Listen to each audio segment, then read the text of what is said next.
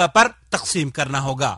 اے مسلمان بھائی، اگر آپ زمین کے راستے سے، گاڑی سے یا کسی اور سواری سے سفر کر رہے ہیں تو میقات پر پہنچنے کے بعد اگر میسر ہو تو غسل کر لیں، اپنے جسم پر خوشبو لگا لیں اور اپنی صفائی کا اہتمام کریں اور اپنی احرام کی 2 چادروں کو باندھ لیں۔ معلوم ہو کہ عورتوں کے لیے احرام ان کا عام لباس ہے، البتہ ایسے کپڑے نہ پہنے جن میں زیب و زینت کا اظہار ہوتا ہو۔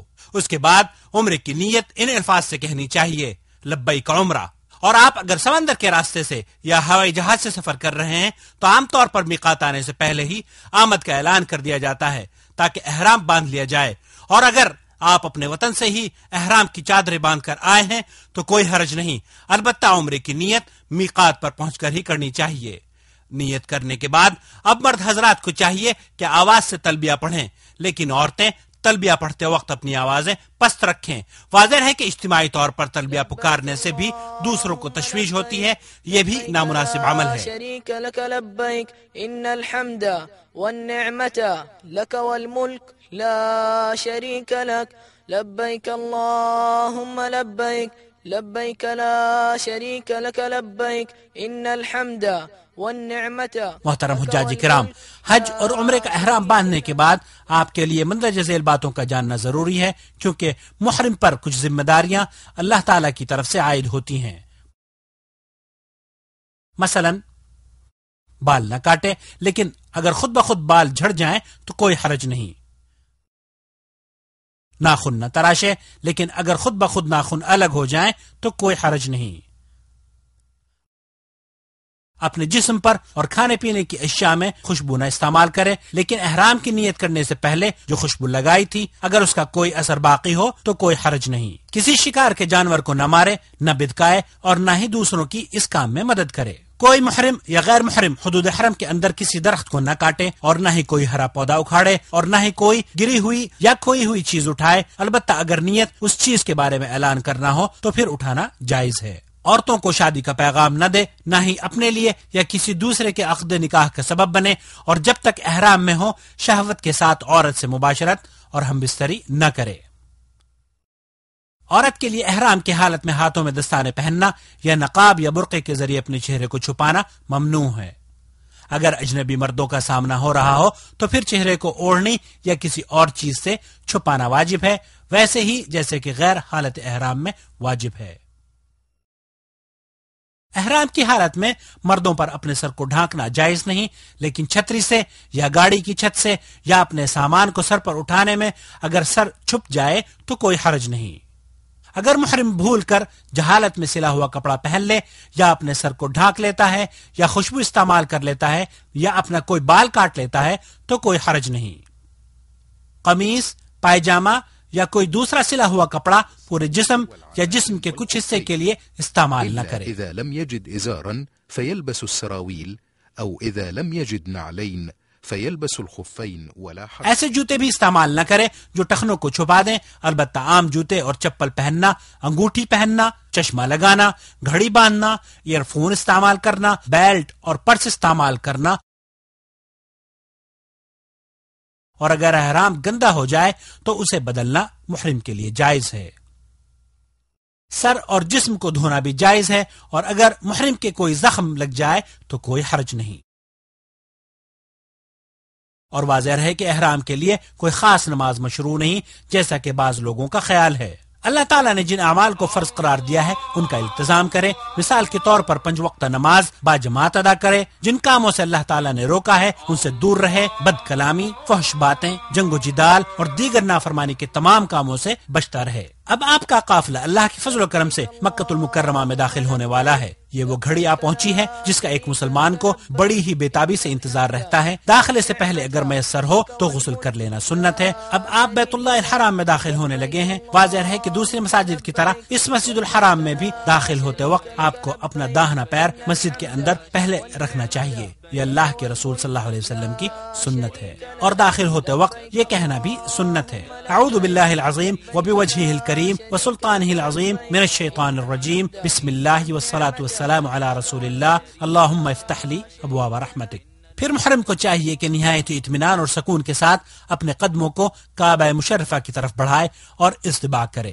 استباع یہ ہے کہ احرام کی اوپر والی چادر کو دائیں کندھے کے نیچے سے نکال کر دوسرے کندھے پر ڈال لے، کیونکہ اللہ کے رسول صلی اللہ علیہ وسلم نے ایسا ہی کیا تھا۔ اس کے بعد حجر اسود کی طرف جائے اور اپنے طواف کا آغاز حجر اسود سے کرے۔ حجر اسود کا بوسہ لینے میں کسی قسم کی مزاحمت نہ کرے اور نہ ہی وہاں کھڑا ہو کر بھیڑ کرے، بلکہ چلتے ہوئے اشارہ کرتا چلے۔ مسلمانوں کو اذیت دینا بہت غلط بات ہے۔ یہاں دھکا پیلی نہیں کرنی چاہیے اور کافی ہے کہ دور سے ہی ہاتھ اٹھا کر اللہ اکبر کہے اور اپنے 7 چکروں کا آغاز کرے۔ حاجی کو چاہیے کہ دوران طواف کثرت سے اللہ کا ذکر اور دعائیں کرتا رہے۔ طواف کی کوئی خاص دعا مشروع نہیں، جیسا کہ بعض لوگوں نے ہر چکر کی الگ الگ دعائیں بنا رکھی ہیں۔ اور ذکر و اذکار کرتے وقت بھی آواز کو بلند نہیں کرنا چاہیے، کیونکہ دوسرے طواف کرنے والوں کو اس طرح تشویش ہوتی ہے۔ طواف کرنے والا جب بھی رکن یمانی کے پاس جائے، اگر میسر ہو تو اسے چھو لے، دایاں ہاتھ لگائے۔ رکن یمانی کو بوسہ دینے کی ضرورت نہیں، اور اگر ہاتھ لگانا بھی مشکل ہو تو رہنے دے اور اپنے طواف کو جاری رکھے۔ واضح ہے کہ اس کی طرف اشارہ بھی نہیں کرنا چاہیے، جیسا کہ بعض لوگ کرتے ہیں۔ رکن یمانی اور حجر اسود کے درمیان یہ دعا پڑھنا سنت ہے۔ واضح ہے اس میں اضافہ نہیں کرنا چاہیے۔ ربنا آتنا فی الدنیا حسنہ وفی الآخرۃ حسنہ وقنا عذاب النار۔ اور اس طرح حجر اسود پر پہنچ کر ایک چکر مکمل ہو گیا۔ اب اپنے باقی دوسرے چکر بھی حجر اسود سے ہی اسی طرح شروع کرے اور حجر اسود پر ہی ختم کرے۔ طواف میں رمل کرنا مردوں پر سنت ہے، جس کا مفہوم یہ ہے کہ طواف کرنے والا مرد تیز چلے اور قدم قریب قریب رکھے، اور یہ طواف قدوم میں صرف پہلے 3 چکروں میں مسنون ہے۔ البتہ استباع 7 چکروں میں کرے۔ دوران طواف بعض حجاج کچھ غلطیاں کرتے ہیں، مثلا طواف کرتے وقت حتیم کے اندر سے گزر جاتے ہیں یا مقام ابراہیم کو بیت اللہ کا حصہ تصور کرتے ہیں، جو غلط ہے۔ بذلك قد انقص من طوافه ويكون حينئذ قد طاف ببعض الكعبة۔ اسی طرح خانہ کعبہ کا استلام اور بسا اوقات اس کی تمام دیواروں کا استلام یا اس سے چمٹنا، واضح ہے کہ نبی کریم صلی اللہ علیہ وسلم نے حجر اسود اور رکن یمانی کے علاوہ خانہ کعبہ کے کسی بھی جز کا استلام نہیں کیا۔ لہذا عقیدت سے مقام ابراہیم اور بیت اللہ کی دیواروں کو چھونا بدعت ہے، اس کی کوئی اصل نہیں، اور اللہ کے رسول صلی اللہ علیہ وسلم نے ایسا نہیں کیا۔ طواف کے دوران ذکر و اذکار کرتے وقت آواز کو بلند نہیں کرنا چاہیے، کیونکہ اس طرح دوسرے طواف کرنے والوں کو تشویش ہوتی ہے۔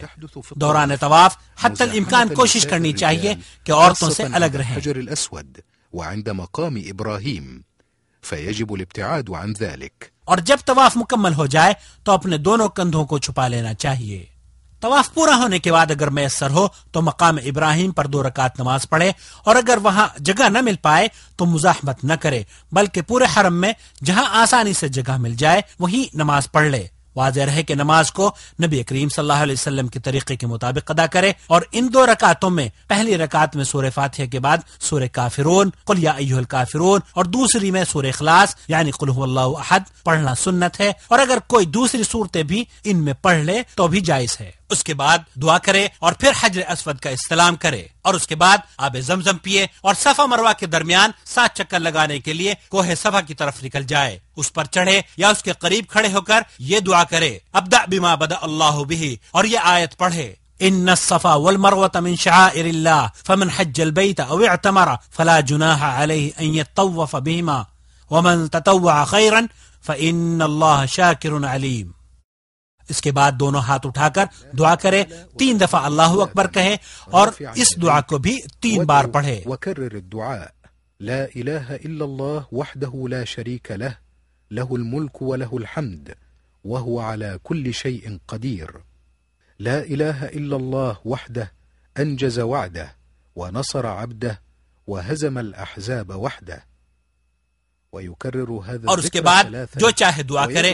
واضح رہے یہاں تکبیر کہتے ہوئے ہاتھوں کو نہیں اٹھانا چاہیے، جیسا کہ اکثر حجاج کرتے ہیں، ان کا یہ عمل غلط ولا ہے۔ يرفع يديه إلا إذا كان داعيا ولا يشير بهما عند التكبير فإن ذلك من الأخطاء الشائعة عند كثير من الحجاج والمعتمرين۔ اس کے بعد ذکر و اذکار یا دعائیں کرتے ہوئے مروہ کی طرف چلے، يدعو بما يتيسر له من الدعاء لنفسه وأهله وللمسلمين فإذا بلغ العلم اور جب سبز نشان پر پہنچے تو دوڑنا شروع کر دے یہاں تک کہ دوسرے سبز نشان تک پہنچ جائے، اور پھر آہستہ چلنا شروع کر دے۔